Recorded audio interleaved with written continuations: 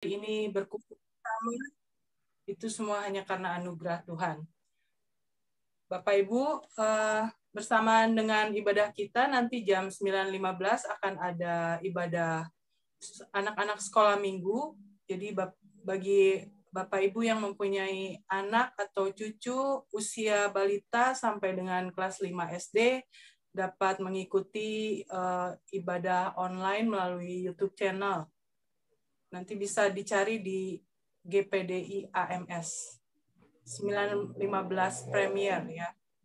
Baik Bapak Ibu, kita akan mulaikan ibadah kita pada pagi hari ini. Kita siapkan hati kita, segenap hidup kita untuk memuji dan memuliakan nama Tuhan.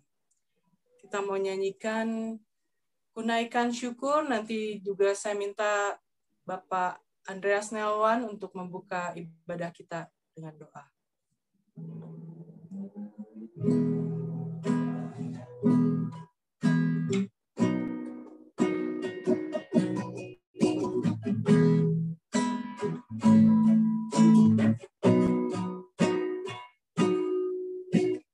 Kunaikan syukur padamu, Yesus, sembah sujud kepadamu, Tuhan, di hadapan tata kemuliaan-Mu, kutinggikan, kuagungkan selamanya. Kunaikan syukur. Kunaikan syukur padamu, Yesus, sembah sujud kepadamu, Tuhan, di hadapan tata kemuliaan-Mu, kutinggikan, kuagungkan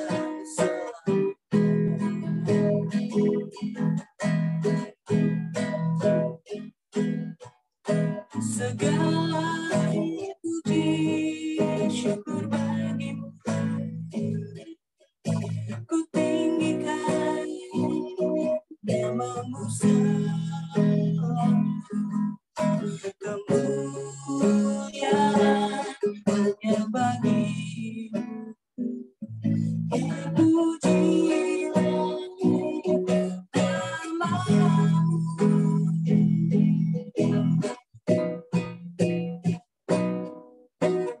Kunaikan syukur padamu, Yesus, sembah sujud kepadamu, Tuhan, di hadapan tata kemuliaan-Mu, kutinggikan, kuagungkan selamanya.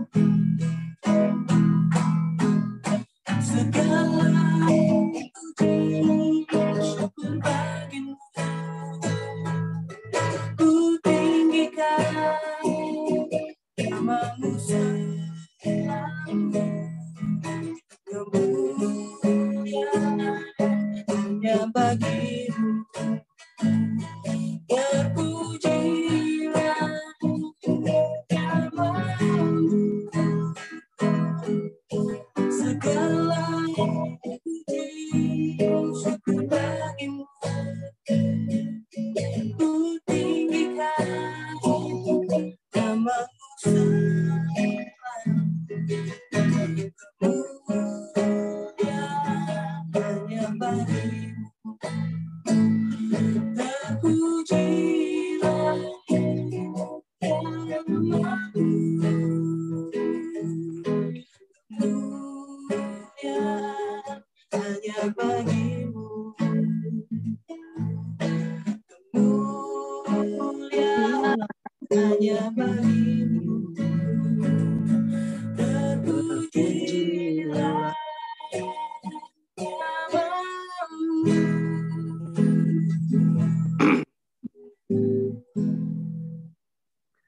Bapa kami dalam surga, kami bersyukur dan bersuka cita dan bersorak-sorai dalam hidup kami Tuhan. Karena Engkau selalu ada dan menyertai kami. Terima kasih Tuhan atas penyertaan-Mu untuk melewati hari-hari yang sulit. Hari-hari yang penuh dengan ketidakpastian dan pandemi ini Tuhan. Tapi yang menjadi pegangan kami adalah Engkau Tuhan yang tidak akan pernah meninggalkan kami.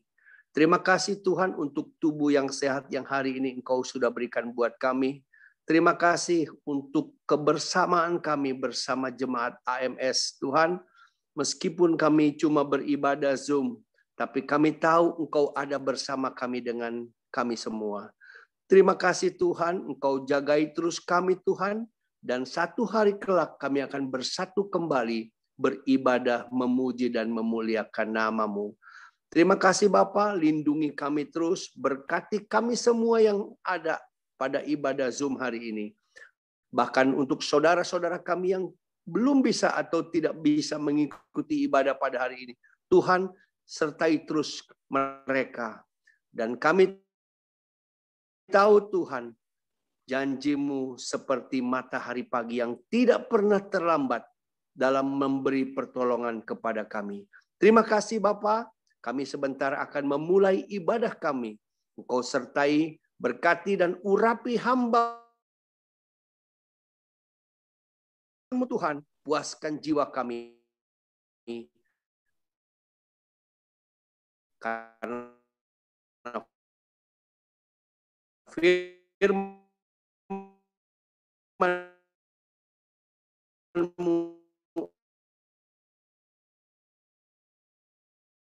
Haleluya, puji Tuhan. Bapak Ibu, tidak terasa kita sudah di minggu terakhir di bulan Mei ini.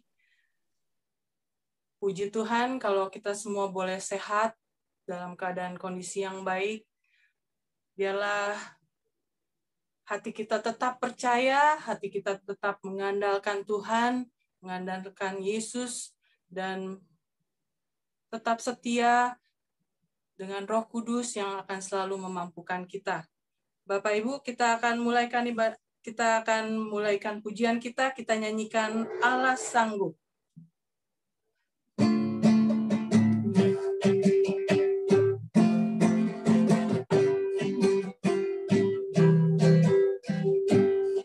Apa yang tak pernah dilihat tak pernah didengar telinga,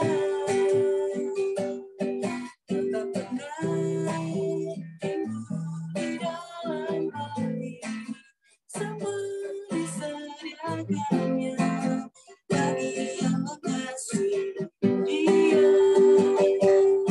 Apa yang tak pernah dilihat tak pernah didengar telinga,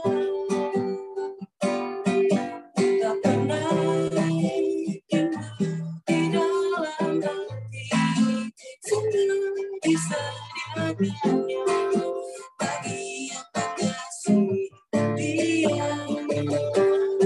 Allah sanggup melakukan segala perkara.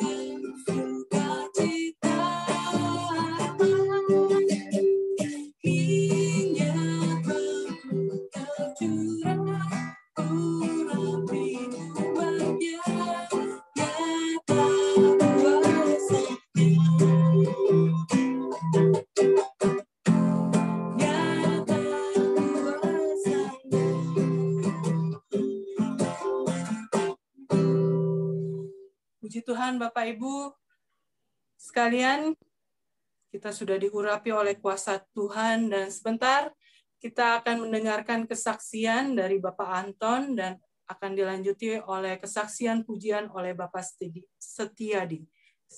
Waktu dan tempat saya serahkan kepada Bapak Anton. Good morning everybody, good morning ladies and gentlemen. Kalau pagi hari ini saya ingin bersaksi bagaimana Tuhan sudah nyatakan pertolongannya di dalam kehidupan saya. Selama setahun pandemi itu, saya hidup sangat-sangat bersyukur sama Tuhan. Kalau Tuhan sudah pelihara saya, Tuhan sudah cukupi kehidupan saya, bahkan Tuhan sudah memberkati kehidupan kakak saya, saudara. Bahkan kehidupan keluarga saya, rumah tangga saya. Saya sangat bersyukur, saudara. Bukan masalah tidak ada. Banyak masalah saya hadapi. Kesulitan, tekanan, goncangan, secara ekonomi, secara finansial, beban apapun saya hadapi, masalah apapun, saudara, problem apapun. Tapi satu perkara, saya bersyukur sama Tuhan. Saya diingatkan firman Tuhan, apapun terjadi, dalam keadaan apapun, situasi apapun, kondisi apapun, jangan lari kepada dunia, jangan lari kepada manusia, lari di kaki Yesus, di kaki Tuhan, saudara. Itu mengingatkan saya, saudara. Kalau saya sangat bersyukur sama Tuhan, dalam keadaan apapun, saya tidak akan lari kemana-mana, saudara. Dan sekarang saya sadar, saudara, karena sadar Allah yang kami sembah pada pagi hari ini, dengan segenap hidup saya, segenap hati saya, ada Allah yang tidak pernah terbatas kuasanya, saudara. Dikatakan dalam bahasa Ibrani, Shemaim, saudara ya. Saya sangat bersyukur sama Tuhan, saudara. Dan juga, saudara, banyak sekali, saudara, pertolongan Tuhan yang saya alami, saudara. Kebaikan Tuhan yang sudah alami, saya rasakan, sudah terima kebaikan Tuhan semuanya dalam kehidupan saya, saudara. Dalam kehidupan keluarga saya, saudara. Saudara, dalam keadaan apapun, sekalipun badai datang menerpa, Gelombang datang bertubi-tubi di atas segala persoalan hidup saya, saudara. Saya tidak akan mengandalkan kemampuan, kekuatan diri sendiri. Karena firman Tuhan mengatakan dalam kitab Filipi 17 ayat 5 dan 7, saudara bisa membacanya. Terkutuklah orang yang mengandalkan manusia, bahkan mengandalkan kekuatan dirinya sendiri, bahkan hati jauh daripada Allah. Saudara, saudara, apapun yang saya hadapi semuanya dalam kehidupan saya hanya menaruh harapan, bergantung, bersandar pada firman Tuhan, mengandalkan Tuhan dalam kehidupan saya, saudara. Itu, saudara, sekalipun apapun saya banyak-banyak mengucap syukur dalam kehidupan Tuhan, dalam kehidupan saya, saudara. Karena firman Tuhan juga semakin banyak mengucap syukur, hati itu merasa disenangkan, dihiburkan, saudara. Ada mengucap syukur, saudara, itu ada rating yang sangat tinggi di hadapan Allah. Ada leveling tertinggi di hadapan Tuhan, saudara. Itu sangat bersyukur Tuhan, sangat bersyukur bagi depan saya, saudara. Inilah, saudara, kesaksian saya boleh menjadi kekuatan bagi kita semuanya, menjadi penghiburan, bahkan menjadi satu berkat dalam kehidupan kita, saudara. Puji Tuhan, kiranya Tuhan memberkati. Amin.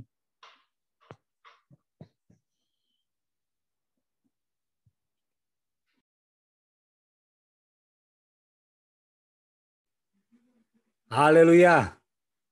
Selamat pagi Bapak, Ibu, Saudara, Saudari yang Tuhan kasihi. Salam sejahtera bagi kita semua.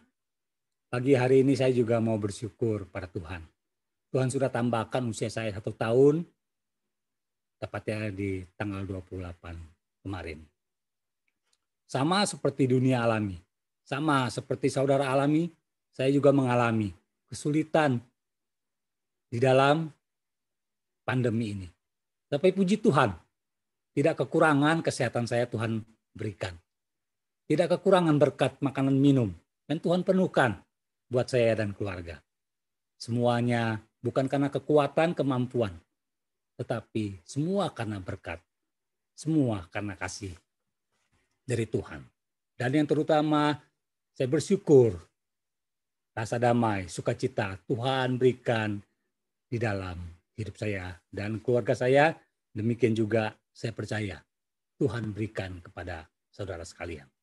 Sebuah pujian dari Om Yoyo, Bapak Gembala almarhum, akan saya naikkan. Berkatnya besar.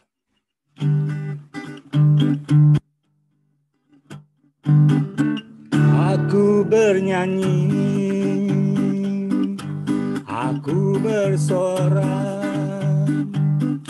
aku melompat, bernyanyi, bersorak untuk Yesusku. Aku bernyanyi, aku bersorak, aku melompat, bernyanyi, bersorak untuk Yesusku.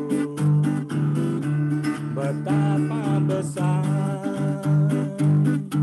betapa mulia, betapa heran dan besar dan mulia kasih Bapa-Ku. Berkatnya besar, berkatnya limpah, berkatnya heran dan besar dan limpah. Haleluya.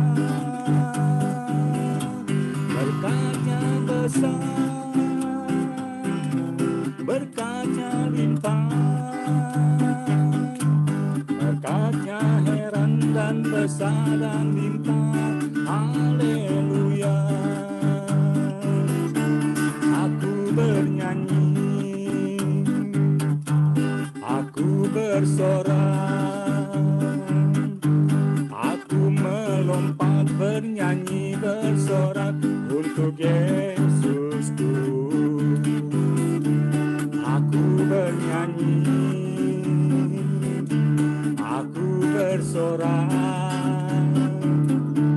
aku melompat, bernyanyi, bersorak untuk Yesusku. Betapa besar, betapa mulia, betapa heran dan besar dan mulia kasih Bapa-Ku. Berkatnya besar, berkatnya limpah, berkatnya dan limpah. Haleluya. Berkatnya besar, berkatnya limpah, berkatnya heran dan besar dan limpah. Haleluya. Berkatnya heran dan besar dan limpah. Haleluya.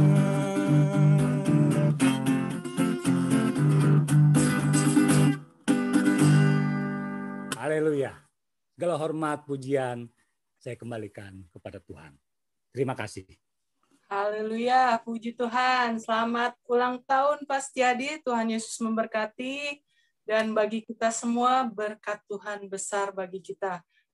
Umatnya yang percaya kepada Dia. Biarlah Tuhan yang berdaulat atas hidup kita, memampukan kita untuk tetap berjalan di dalam jalannya Tuhan. Kita mau mendengarkan firman Tuhan, kita siapkan hati kita, berikan hati tanah hati yang baik untuk ditaburi oleh firman Tuhan. Puji Tuhan, kita nyanyikan Engkaulah Tuhan, dan nanti penyampaian firman Tuhan akan disampaikan oleh Bapak Pendeta Henry Kau.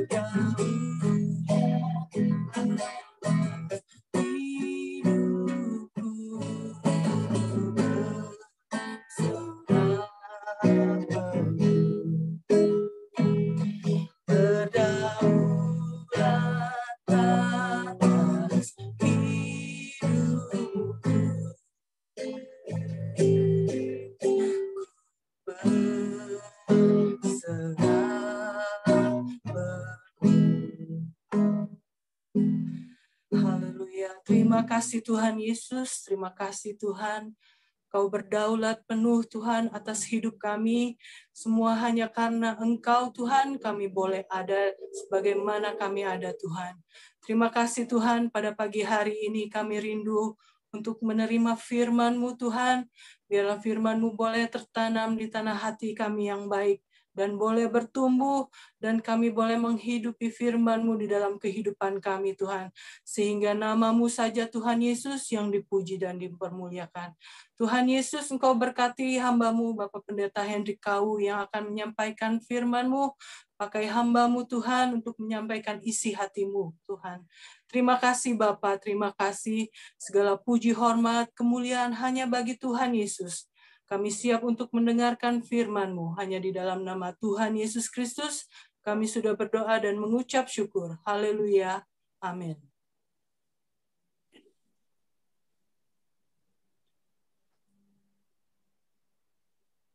Haleluya.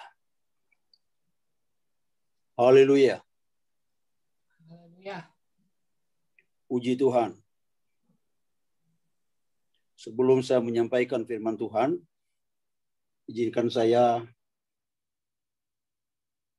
berucap dulu terima kasih kepada Ibu Gembala yang mempercayakan saya pada pagi hari ini menjadi berkat bagi saudara untuk membagi-bagikan roti firman Tuhan, roti surgawi yang akan menguatkan dan memotivasi kita untuk terus berjalan di dalam Tuhan.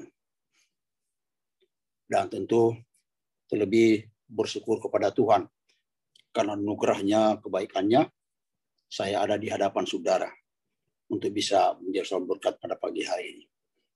Kalau tema yang diberikan kepada kita dalam tema bulanan adalah jangan tawar hati, itu yang pertama dikirim kepada saya melalui WA dari Pak Luki. Kemudian satu hari kemudian berubah lagi. Pak, ada perubahan Pak. Yaitu jangan tawar hati, penolongmu sudah datang. Jadi saya pikir ini bukan perubahan, ini tambahan. Jadi jangan tawar hati, penolongmu sudah datang. Nah, tema ini sudah dibahas oleh pembicara pertama dalam bulan pertama, bulan Mei, dan kemudian Pendeta Revi Apondatu juga sudah membahas secara alkitabiah. Kemudian Pendeta Yonatan sudah membahas juga tema ini dari segi etimologi dan terminologi kata daripada tawar hati itu dan tentang Roh Kudus. Jadi ditutup oleh Helga kemarin sangat luar biasa. Helga khotbah itu saya diberkati. Tentu semuanya saya diberkati oleh khotbah-khotbah mulai minggu pertama bulan Mei sampai kepada Helga kemarin. Dan saya melihat seperti saya mendengar guru saya berbicara di hadapan saya, yaitu Pak Apondatu. Jadi khotbah Helga kemarin itu like father, benar-benar puji Tuhan. Urapan luar biasa. Nah, secara kitabiah sudah dibahas. Jadi saya pikir bahwa tema ini sebetulnya minggu lalu sudah anti klimaks daripada tema bulanan kita. Jadi saya bingung sendiri. Tuhan, saya mau ngomong apa ini? Saya persiapkan ketika saya dihubungi, saya sudah membaca dan mempersiapkan Amsal pasal 24 ayat 10. Jika engkau tawar hati, maka kecil kekuatanmu. Tiba-tiba minggu ketiganya pendeta Yonatan sudah membahas secara detail itu, secara etimologi dan secara terminologi kata, dia sudah ucapkan semua itu. Jadi saya bingung. Tetapi Alkitab begitu penuh kaya dengan rahasia-rahasianya yang terus kita gali, terus kita pikirkan, dan terus kita renungkan firman Tuhan itu. Dan firman Tuhan itu tidak akan habis sampai pada akhir hidup kita atau sampai dunia kiamat ini. Rahasia dan kekayaan firman Tuhan itu tidak akan pernah habis. Karena Alkitab berkata, langit dan bumi akan hilang lenyap, tetapi firman Allah akan tinggal selama-lamanya. Jadi saya merenungkan, saya minta kepada Tuhan, apa yang saya mau sampaikan Tuhan?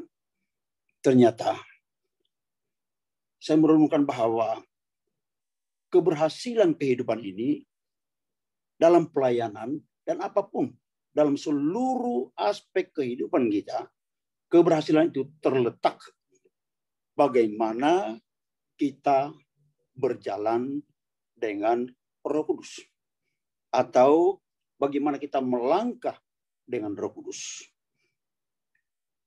Gereja mula-mula adalah gereja yang memulai kehidupan mereka dengan melangkah bersama dengan Roh Kudus.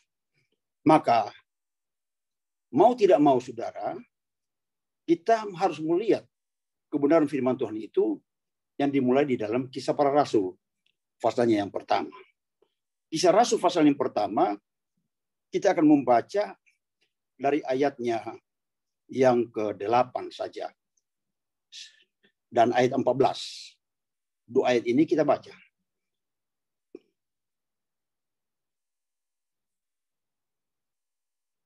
Tetapi kamu akan menerima kuasa kalau Roh Kudus turun ke atas kamu, dan kamu akan menjadi saksiku di Yerusalem, di seluruh Yudea dan Samaria, dan sampai ke ujung bumi. Perhatikan kata dan. Ada berapa kali dituliskan? 3 kali dan. Itu kata sambung. Kata dan. Jadi tidak bisa terputus. Yerusalem, seluruh Yudea, dan Samaria, dan sampai ke ujung bumi. Ini merupakan janji Tuhan. Dan Kisah Para Rasul ini, pasal 1 ini, harusnya jadi Injil. Karena ini masih ada ungkapan-ungkapan Yesus di dalamnya. Tapi pengkanonan Alkitab tidak dimasukkan ke Injil, tetapi dimasukkan ke Kisah Para Rasul atau kisah sejarah Rasul-Rasul atau kisah sejarah Roh Kudus bekerja di dalam kehidupan para rasul, dan itu sangat dominan sekali Roh Kudus itu. Anda membaca dari Kisah Rasul pasal 1 sampai pasal yang ke-29, Kisah 1 sampai 29, ya. 29 itu kisah saya dan kisah saudara. 28 itu adalah jumlah pasal dari Kisah Rasul. Tapi ada pasal 29, yaitu kisah saya dan kisah saudara. Bagaimana Roh Kudus itu bekerja dalam kehidupan kita menjadi satu pengalaman pribadi berjalan bersama dengan Roh Kudus. Maka saya menghitung dalam Kisah Para Rasul itu ada 50 kali ditulis Roh Kudus, Roh Kudus, Roh besar, Roh besar, Roh Kudus. Berarti dalam Kisah Para Rasul yang bekerja dalam kehidupan murid-murid itu sangat dominan sekali. Memenuhi kehidupan mereka, menggerakkan mereka, mengendalikan mereka. Sehingga kehidupan mereka itu tidak bisa dipisahkan daripada kuasa Roh Kudus itu. Sedikit saja bergeser dari Roh Kudus, pasti mereka akan kacau. Nah, oleh karena ini sebuah pelajaran bagi kita. Supaya bagaimana supaya Roh Kudus itu menguasai seluruh kehidupan kita. Supaya Roh Kudus itu yang berperan dalam hidup ini.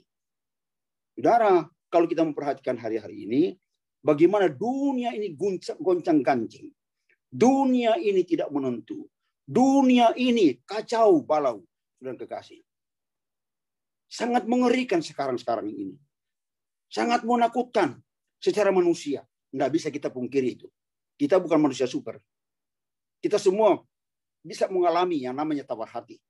Kita semua bisa mengalami yang namanya takut.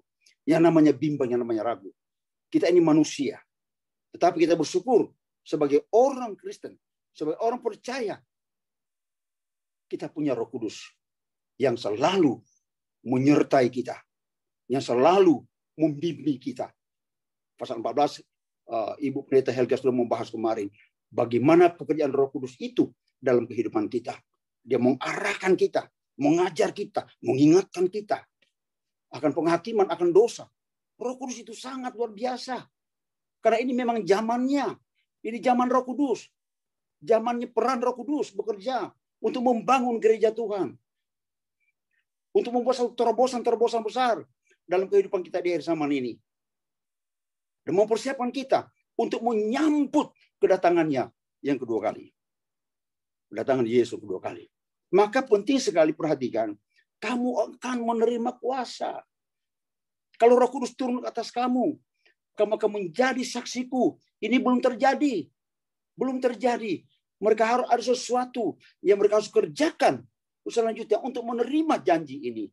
Yaitu ayat 14 dia katakan, perhatikan setelah Yesus naik ke surga, ya, ayat 14 dia katakan, mereka semua bertekun dengan sehati di dalam doa bersama-sama dengan beberapa perempuan serta Maria ibu Yesus dan dengan saudara-saudara Yesus.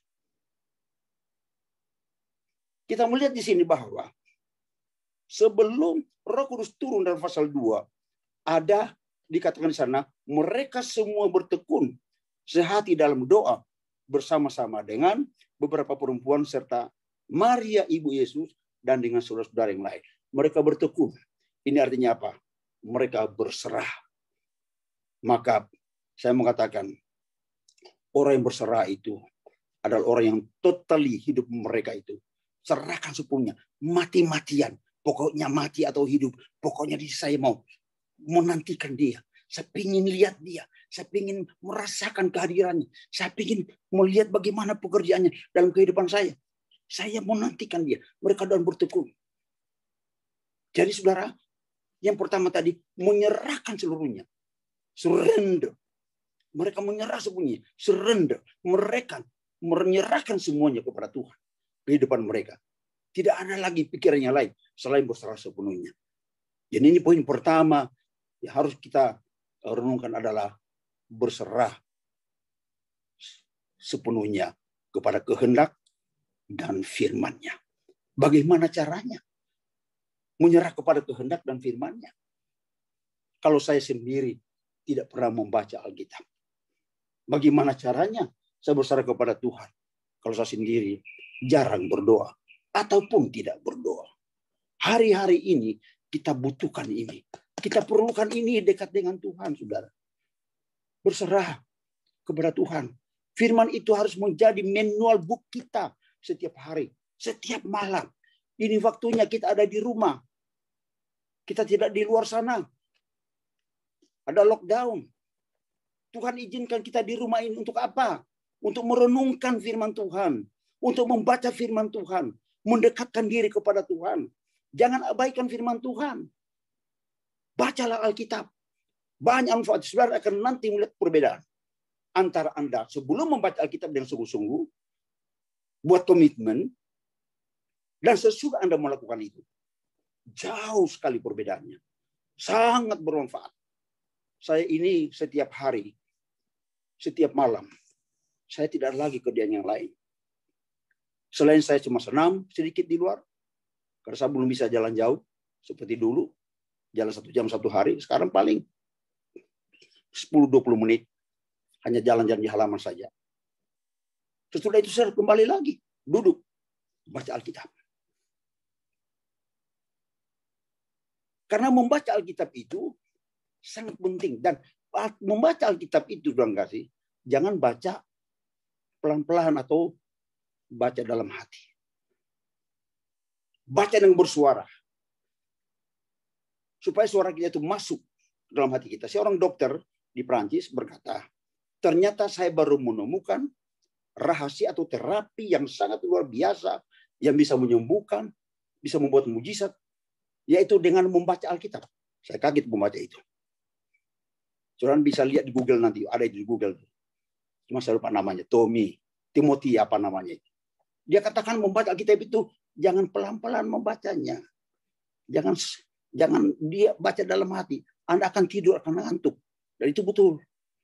Lalu akhirnya, saudara, saya sudah belajar itu. Saya baca dengan suara yang keras. Supaya apa? Suara itu akan masuk ke dalam tubuh saya. Lalu dikatakan di sana bahwa kalau firman itu, kuasa firman itu masuk ke dalam tubuh kita, dia akan menghidupkan organ-organ tubuh yang sudah mati. Puji Tuhan, saya alami itu. Dia akan menghidupkan sel-sel yang sudah mati. Dihidupkan kembali. Dan ternyata waktu saya dioperasi usus buntu, yang dokter katakan saya usus buntu sudah pecah, sudah busuk, bonana. Dan dokter berkata, Dokter Haris berkata bahwa, Pak, kok Bapak bisa hidup, Pak? Lalu kenapa? Dia bilang sama anak-anak saya. Lalu ketemu saya setelah saya siuman, kenapa Bapak bisa hidup? Lalu kenapa? Kok Bapak, dokter bilang begitu? Soalnya itu, Pak, itu nanahnya, Pak. Udah membusuk, Pak. Dan usus buntunya itu sudah tidak ada, Pak. Kami sudah ketemukan, tinggal akarnya. Karena udah sampai ke perut ini udah pecah. Dan pecahnya itu bukan 1-2 hari, Pak. Saya nggak tahu apa berapa bulan.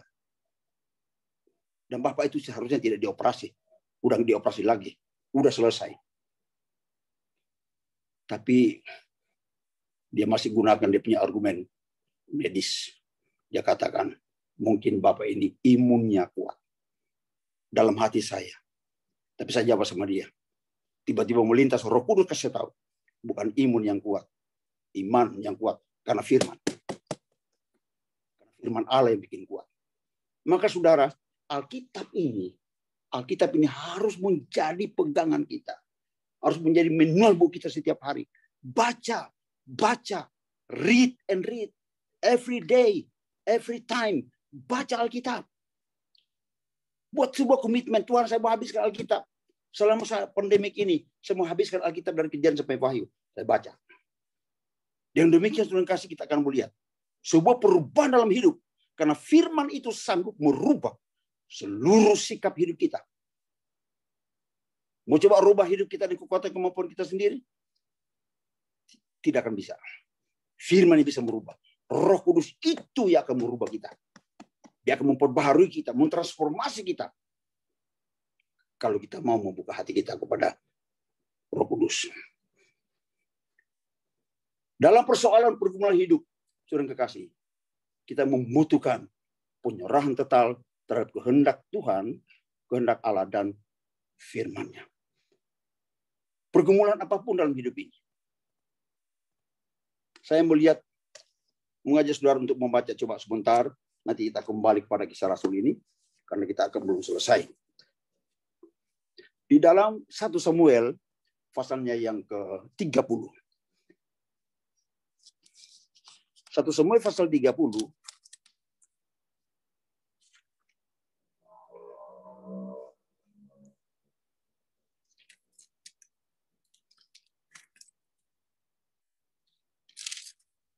Samuel 30, saya lebih baik baca dari ayatnya yang ke-1. 1 Samuel 30 ayat 1 mulai. Demikian firman Tuhan.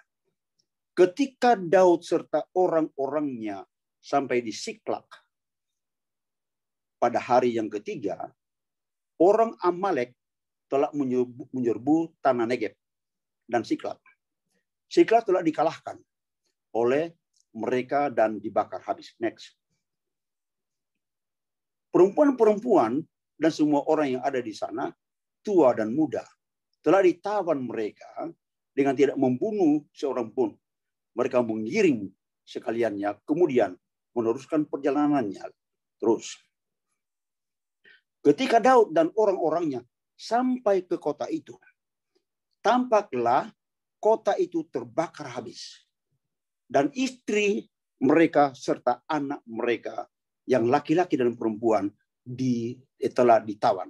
Terus, lalu menangislah Daud dan rakyat yang bersama-sama dengan dia itu dengan nyaring sampai mereka tidak kuat lagi menangis. Wah, saya berpikir ini bagaimana menangis itu, jeritan mereka itu. Karena apa? Karena mau lihat Siklak itu, di mana ada keluarga, istri, anak-anak mereka di sana berkumpul sudah lenyap, dibawa semua, digiring semua, dibawa oleh Amalek menjadi tawanan. Bahkan hanya itu saja, bahkan hewan ternak mereka, harta mereka kehilangan semua. Harta mereka dibawa semua oleh Amalek. Itu sebab yang dikatakan tadi, menangislah Daud bersama rakyatnya. Sampai mereka, ulangi lagi, kenapa dimatiin dulu. Haleluya. Ulangi lagi ayatnya tadi, buka lagi. Nah, lalu menangislah Daud dan rakyatnya yang bersama-sama dengan dia itu dengan nyaring sampai mereka tidak kuat lagi menangis. Kalau sudah tidak kuat menangis berarti sudah tinggal berdiam diri, berserah sepenuhnya. Tuhan, kami tidak bisa berbuat apa-apa lagi. Kami berserah, surrender to you, Lord. Tidak ada lagi harus kami bisa berbuat selain mengandalkan Engkau. Ayat yang berikutnya. Ayat berikut.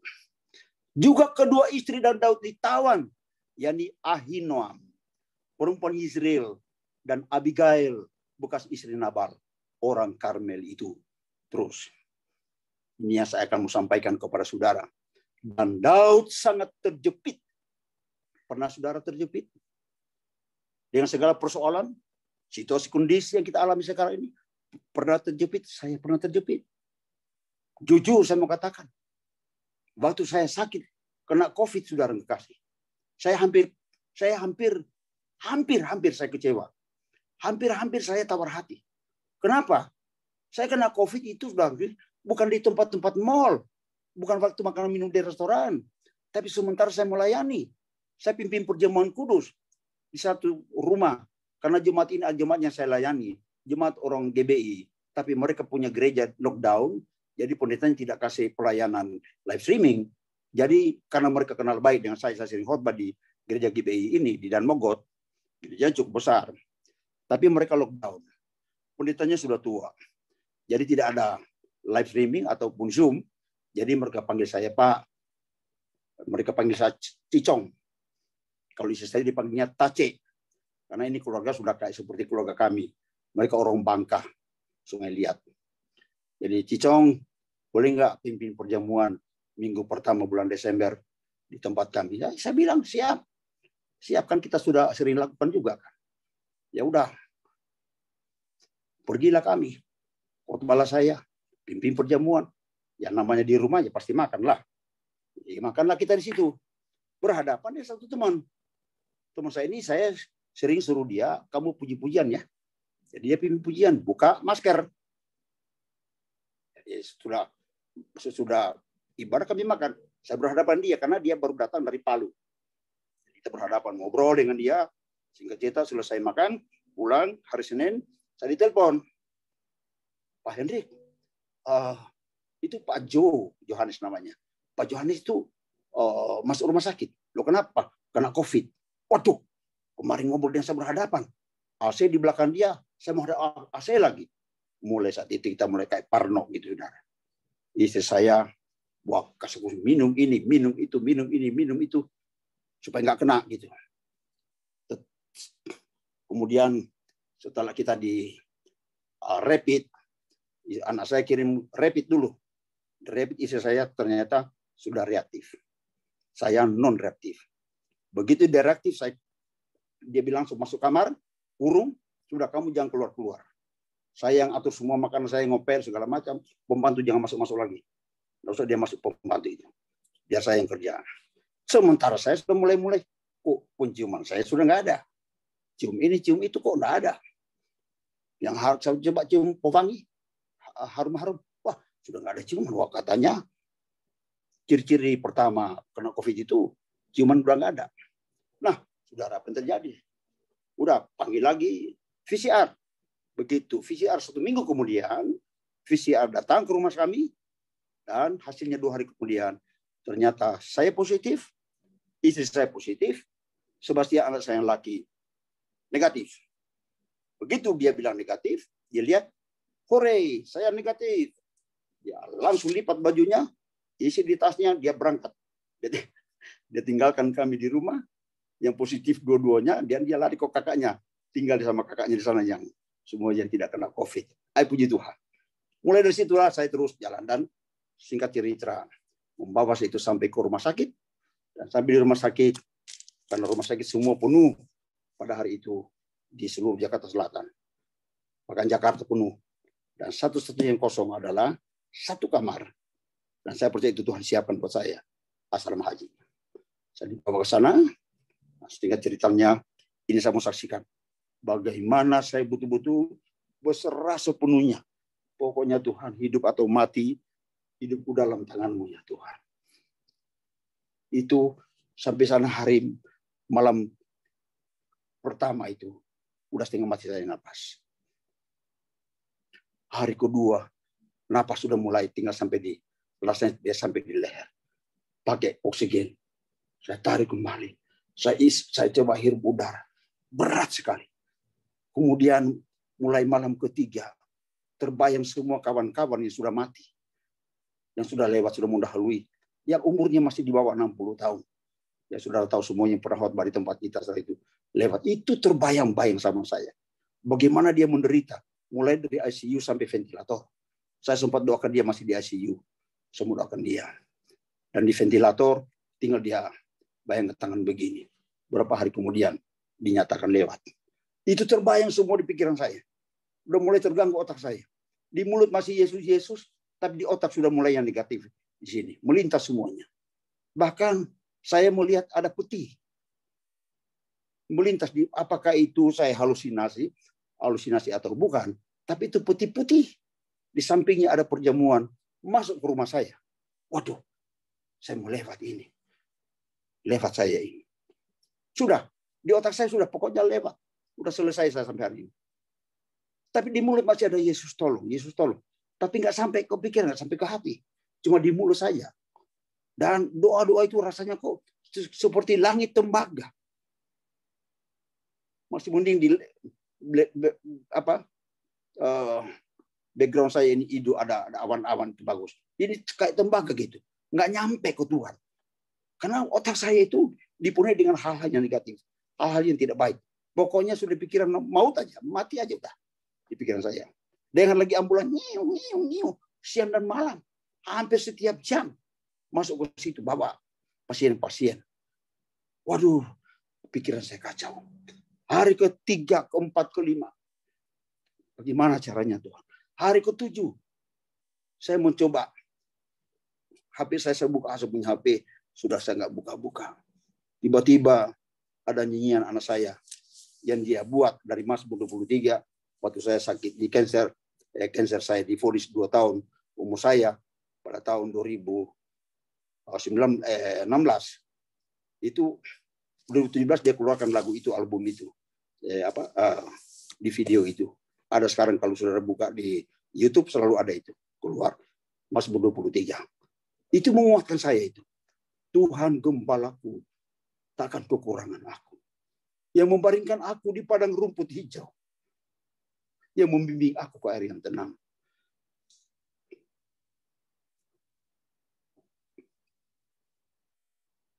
Gadamu dan tongkatmu itu menghibur aku. Walaupun engkau dalam lembah kekelaman, aku tidak takut bahaya. Saya sudah di lembah kekelaman. Gak ada lagi cara yang harus saya buat. Anak-anak saya datang ke bus tidak bisa besuk saya. Mereka tinggal hanya by phone saja dari bawah. Mereka dada-dada dari jendela karena kelihatan dari kamar saya. Anak saya tiap hari datang telepon, cek sama dokter. Papa saya bagaimana? Dokter, sudah kamu tenang saja. Bapak kamu itu katanya semangat. Dia kasih kuat-kuat sama anak-anak saya. Setelah saya dengar Mazmur 23 itu, saya masih terbaring. Semua saya mendengarkan. Tiba-tiba ada suara bilang begini. Itu suara itu, begitu saya dengar suara itu, saya ingat Revi Abondatu. Khotbah minggu kedua bulan Desember itu. Diangkat dari Efesus pasalnya yang ke-5 ayat 14. Dikatakan di sana bahwa bangunlah kamu, hai kamu yang tidur. Dan bangkitlah kamu dari antara orang mati. Maka Kristus akan bercahaya atas kamu. Wah, begitu dengar itu, bangunlah, bangkitlah. Saudara, itu rasanya saya mau lempar. Saya mau copot itu saya punya oksigen itu. Saya bangkit. Lalu saya katakan, Tuhan, sekarang saya bangkit Tuhan.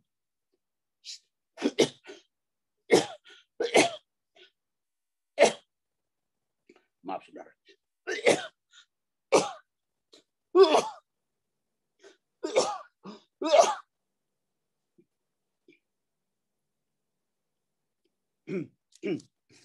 Sorry ya, maaf ya. Nggak apa-apa, saya minum dulu.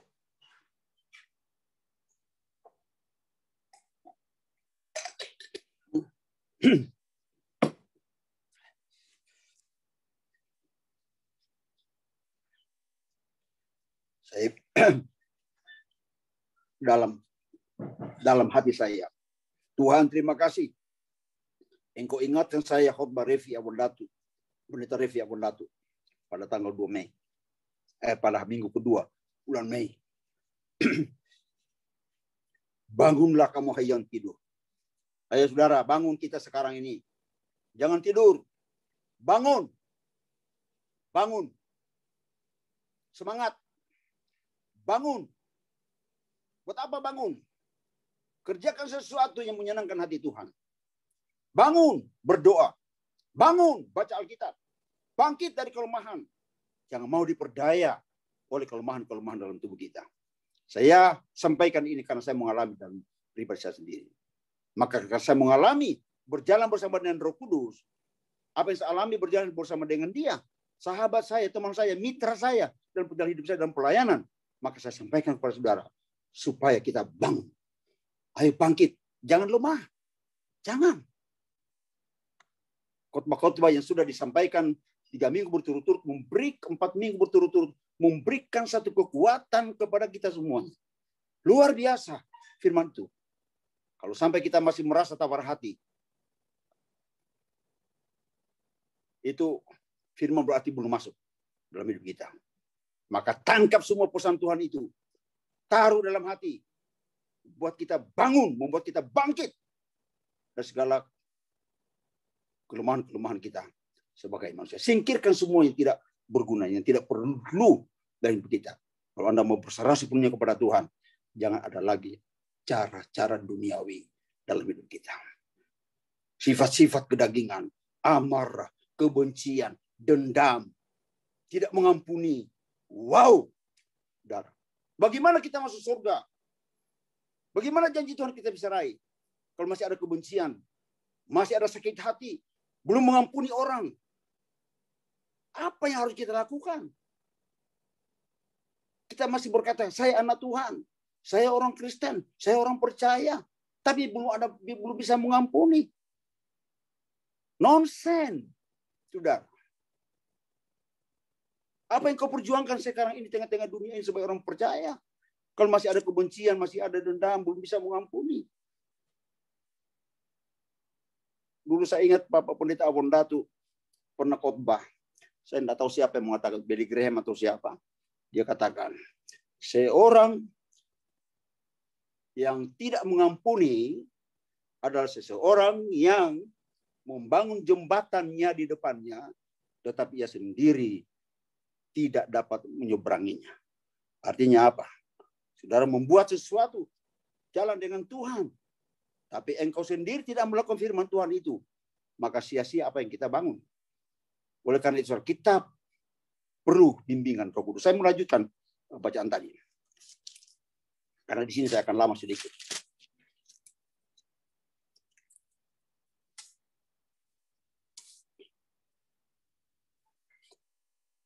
Ayat 6. Dan Daud sangat terjepit. Saya ulangi lagi. Dan Daud sangat terjepit karena rakyat mengatakan hendak melempari dia dengan batu. Seluruh rakyat itu telah pedih hatinya masing-masing karena anaknya laki-laki dan perempuan. Tetapi Daud menguatkan kepercayaannya kepada Tuhan Allahnya. Haleluya. Haleluya. Di atas katakan Daud sangat terjepit. Kalau sudah terjepit itu sudah nggak bisa lagi bergerak. Ruang geraknya itu sudah nggak ada. Ke kiri kena, ke kanan kena, maju ke depan kena, mundur kena. Terjepit. No way. Nggak ada jalan lagi. Kenapa? Tekanan yang dialaminya. Musuh Daud itu ada beberapa musuh. Satu. Yang pertama musuh Daud adalah Saul. Raja. Tuannya sendiri. Itu musuh Daud yang pertama. Musuh di dalam. Musuh yang kedua Amalek. Musuh dari luar. Kemudian musuh lagi yang lain adalah orang-orang yang dekat dengan dia. Ada 600 orang yang mengiring Daud. Ketika mereka lari dan gabung dengan orang Filistin. Mereka membela ke Filistin. Tetapi setelah mereka dikembalikan oleh Raja Agis. Orang Filistin itu, mereka melihat siklat yang sudah diberikan oleh Agis kepada mereka untuk mereka duduki suku Yehuda. Ternyata 3 hari perjalanan, itu sampai di sana, mereka terlambat datang, ludes semuanya. Tempat itu menjadi habis terbakar. Lulu lantak dibakar. Dan istri, anak-anak mereka, serta harta mereka, hewan mereka, dibawa oleh suku, oleh Amalek. Jadi saudara, Amalek itu hari-hari ini, itu sangat berbahaya bagi kita. COVID ini termasuk Amalek. Yang menjadi musuh yang harus kita kalahkan. Yang membuat ekonomi semuanya runtuh.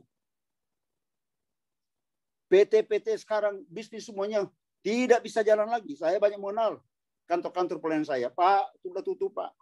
Pegawai Pak, sudah nggak bisa lagi digaji. Pertama masih digaji separuh gaji Pak. Tapi sekarang nggak bisa lagi gaji. Mereka udah pergi Pak. Saya sekarang di kantor sendirian. Dan beberapa pegawai yang masih saya bisa menemani saya. Satu ibu lagi bersaksi juga. Pak, saya punya jualan ini Pak. Alat-alat telekom ini Pak.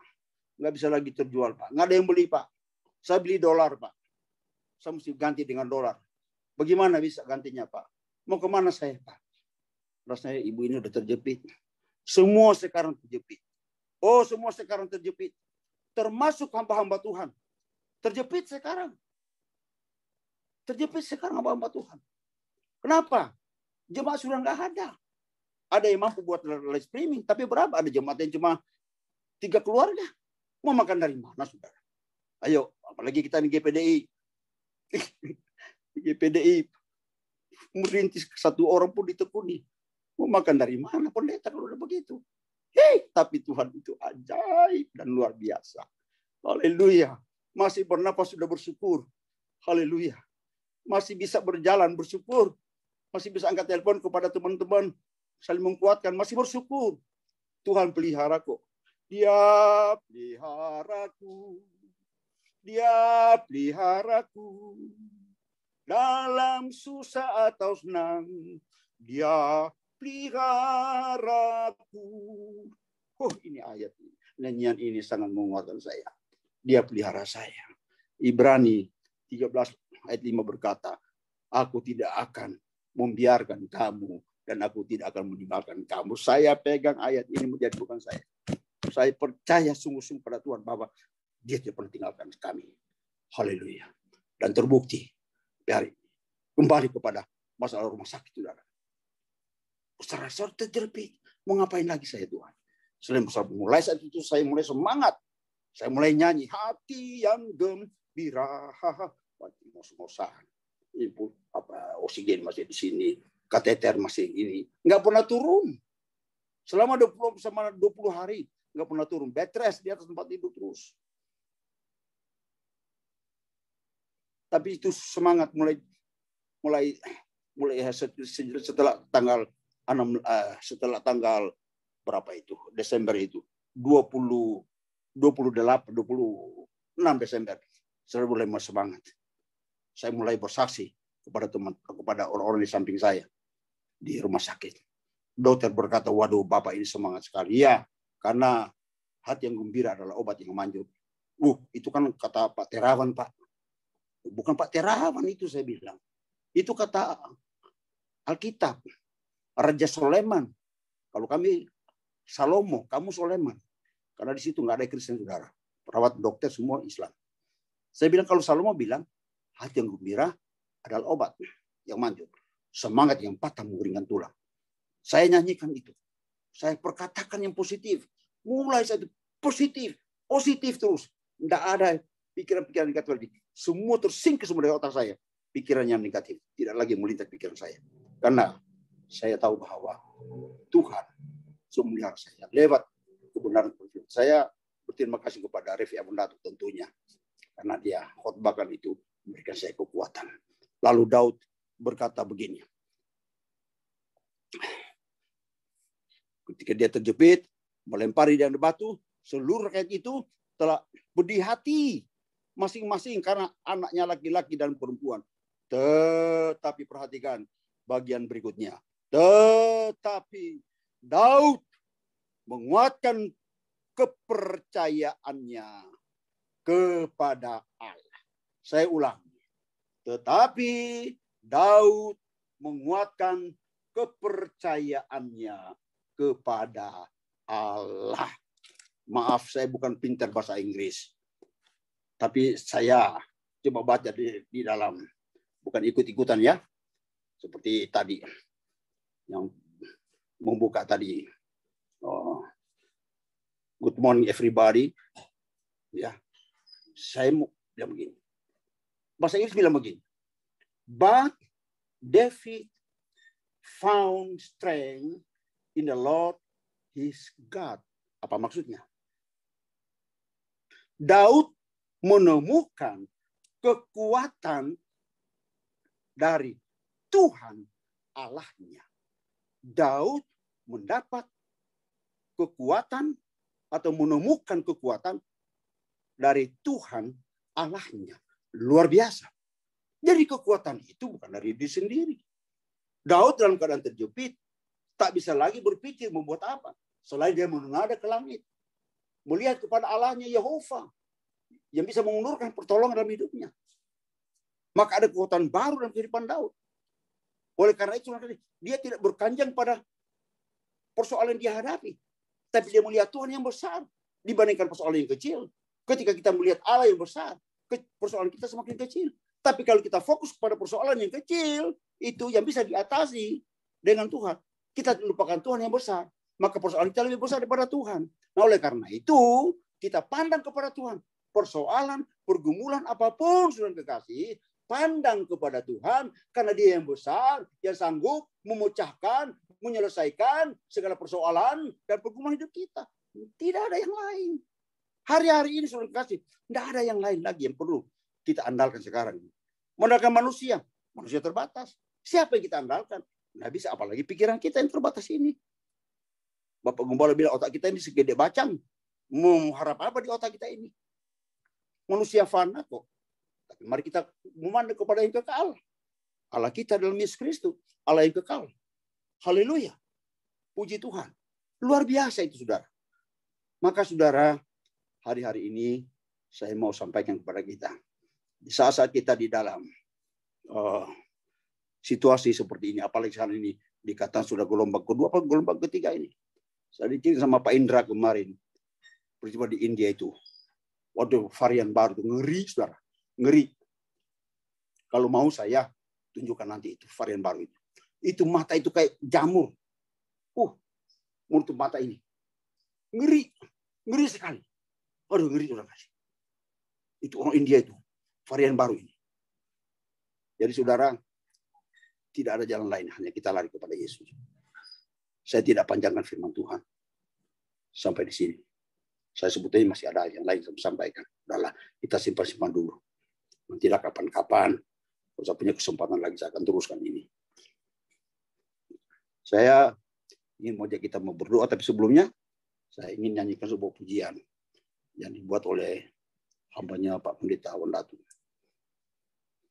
Haleluya. Janganlah kita kecewa.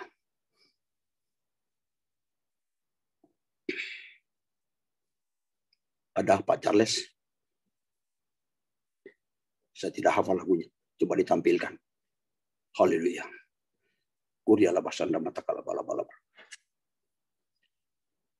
Haleluya. Haleluya. Lagunya itu bunyinya, janganlah kita kecewa. Janganlah kita kecewa. Ceritakan pada Yesus. Ceritakanlah kepada Yesus. Dia sahabat kita.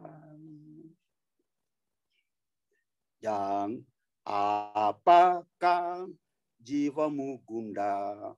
Ceritakanlah Yesus. Ceritakanlah kepada Yesus. Dia sahabat sungguh. Oh, janganlah kita kecewa. Ceritakan pada Yesus. Saudara, ceritakan sama Yesus segala persoalan pergumulan kita. Ceritakan, jangan ceritakan kepada orang lain. Jangan ceritakan kepada manusia. Ceritakanlah kepada Yesus. Mengadulah kepada Dia. Dia mau sedengkan telinganya dan merentangkan tangannya untuk menolong saudara dan saya.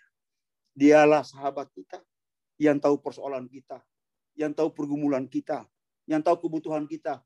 Ceritakan kepada Yesus. Ceritakan kepada Dia. Dia mau mendengar. Di waktu malam, engkau lagi duduk termenung. Ayo berbicara kepada Dia, kepada sahabat kita. Mari kita berdoa. Ya Bapa kami dalam surga. Bapa dalam nama Yesus Kristus. Tuhan kami yang baik.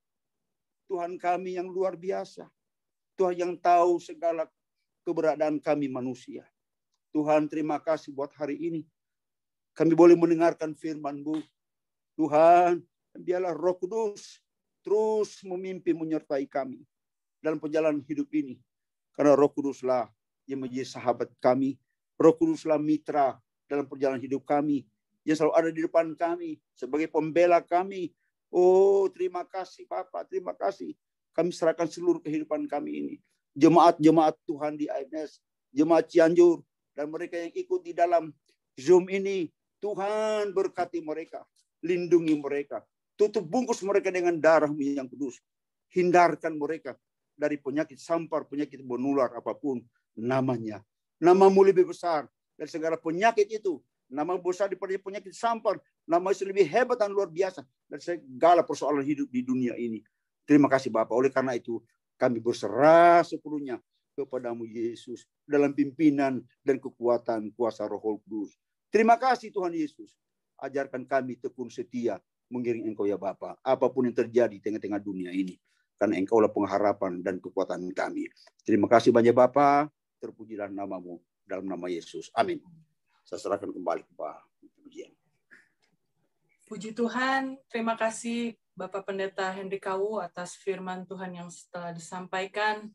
Pesan firman Tuhan biarlah kita menguatkan kepercayaan kita kepada Tuhan. Dan hanya pandang kepada Yesus saja. Haleluya. Tuhan Yesus memberkati pelayanan Pak Henry Kawu dimanapun hambanya melayani.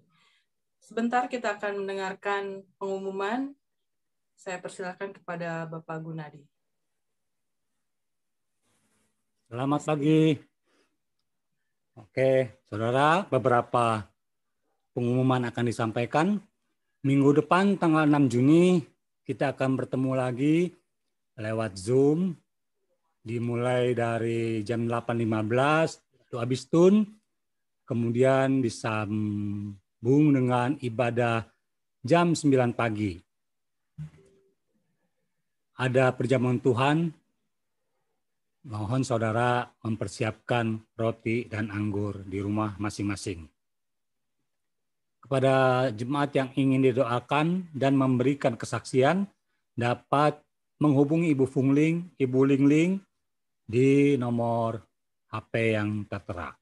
Tolong informasinya disampaikan paling lambat pada hari Sabtu. Pengumuman selanjutnya, anak-anak bisa mengikuti ibadah online sekolah minggu depan tanggal tadi pagi ya, tapi minggu depan juga akan sama di waktu yang sama jam 9.15. Kemudian pengumuman selanjutnya, adik-adik kelas 5 sampai 9 juga diundang untuk ikut dalam ibadah Zoom pada hari Jumat jam 19 WIB, tanggal 4 Juni 2021. Informasi link invitation bisa hubungi Bu Sandy, Ibu Mary di nomor HP yang tertera. Selanjutnya, dan remaja dan dewasa muda AMS juga ada ibadah Zoom yang akan langsung dipimpin oleh Pendeta Nemo Bahari pada hari Sabtu jam 19.30 WIB tanggal 5 Juni 2021. Informasi boleh hubungi Ibu Lingling, Ibu Fungling di nomor-nomor HP yang tertera. Dan kepada jemaat PDI AMS dihimbau untuk berdoa puasa bagi bangsa dan negara, bagi gereja-gereja di dunia, khususnya di Indonesia, dan juga tentunya penanganan pandemi COVID-19 kita harapkan bisa segera terselesaikan. Demikian juga kita berdoa, berpuasa untuk sekolah Alkitab Cianjur dan juga untuk persekutuan doa AMS. Seperti yang sudah disampaikan tadi, tema khotbah kita bulan ini adalah jangan tawar hati, penolongmu sudah datang, yang diambil dari kitab Yohanes 14 ayat 16. Dan saudara, ini ada berita duka, telah berpulang ke rumah Bapa di surga Ibu Sinta Buntaran pada tanggal 18 Mei 2021. Informasi yang didapat dari keluarga, Ibu Sinta terkena serangan jantung. Tuhan kiranya memberikan penghiburan, kekuatan kepada keluarga yang ditinggalkan. Dan yang terakhir, kepada jemaat yang ingin memberikan persembahan atau kolekte, bisa langsung transfer ke rekening Yayasan Kabar Baik Cianjur pada rekening BCA 1830 738 882. Sekian pengumuman. Tuhan memberkati. Ingat saudara, tetap 3M. Haleluya, puji Tuhan. Terima kasih Bapak Setiadi. Tuhan Yesus memberkati kita semua. Dan biarlah sepanjang minggu ke depan kita boleh tetap bersyukur, mengucap syukur, dan boleh tetap berharap hanya kepada Tuhan Yesus. Sebentar kita akan tamatkan ibadah kita pada pagi hari ini. Nanti dengan hormat saya minta Ibu Gembala, Ibu Melani Awandatu untuk menutup ibadah kita pada pagi hari ini. Kita mau nyanyikan satu lagu, Peganglah Tanganku Roh Kudus.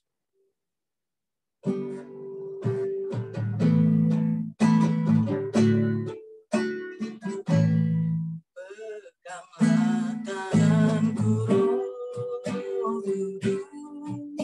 Kudus, setiap hari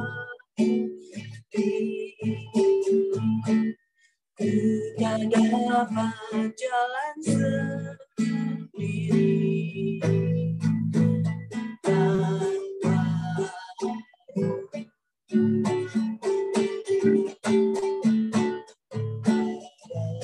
diriku keadaan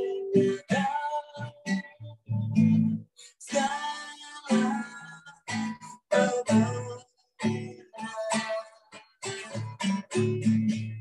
agar ku tidak tersesat.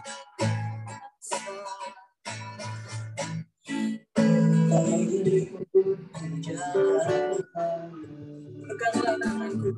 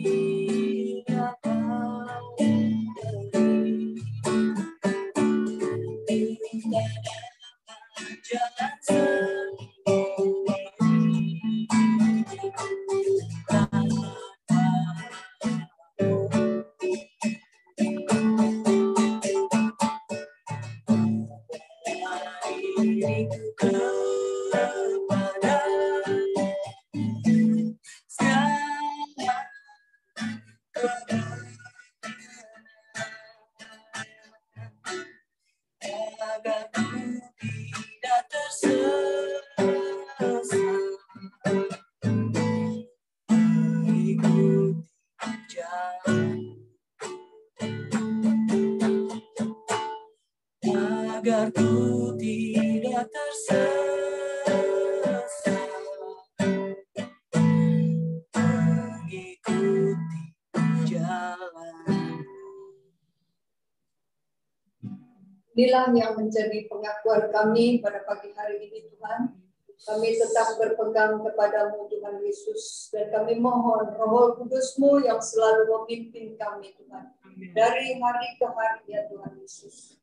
Supaya kami ada tetap di dalam jalan, Tuhan Yesus. Dan kami percaya bahwa Roh Kudus-Mu akan memimpin kami kepada segala kebenaran.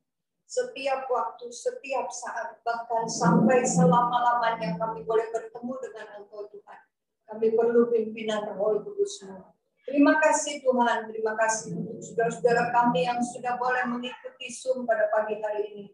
Engkau juga memberkati mereka dengan damai sejahtera-Mu. Tuhan, siapapun mereka, Tuhan Yesus, dari anak sekolah minggu sampai kepada kaum remaja, kaum muda, orang dewasa, sampai yang lanjut usia sekalipun, Tuhan, kiranya Engkau ada melawat mereka, beserta dengan mereka, Tuhan, di dalam segala keadaannya, di dalam rumah tangga mereka masing-masing. Terima kasih Tuhan, kami percaya kepadamu Tuhan. Kalau kami mempercayakan hidup kami di dalam tangan-Mu Tuhan, Engkau akan memperdulikan kami setiap saat. Terima kasih Bapa, terima kasih Yesus. Kalau sebentar kami akan berpisah satu dengan yang lain, Tuhan Yesus, kami tetap percaya kepada Engkau Tuhan, kepada Allah Bapa yang memberikan anugerah-Mu, kepada Yesus Kristus yang menjadi kekasih jiwa kami, dan Roh Kudus-Mu yang selalu mengikat kami menjadi satu, mulai saat ini sampai Maranatha, Engkau datang kembali. Tuhan, kami berdoa untuk saudara-saudara kami yang berulang tahun sepanjang bulan Mei. Engkau juga memberkati mereka Tuhan. Kalau Engkau sudah tambahkan usia mereka 1 tahun, kami percaya mereka akan menjadi anak-anak-Mu yang lebih berguna bagi Engkau, menjadi berkat bagi dunia ini di saat-saat yang sulit ini Tuhan. Biarlah kami boleh tetap menjadi terang-Mu ya Tuhan. Terima kasih Bapa, terima kasih Yesus. Kami sudah berdoa dan mengucap syukur di dalam nama Tuhan Yesus Kristus. Haleluya, haleluya, amin.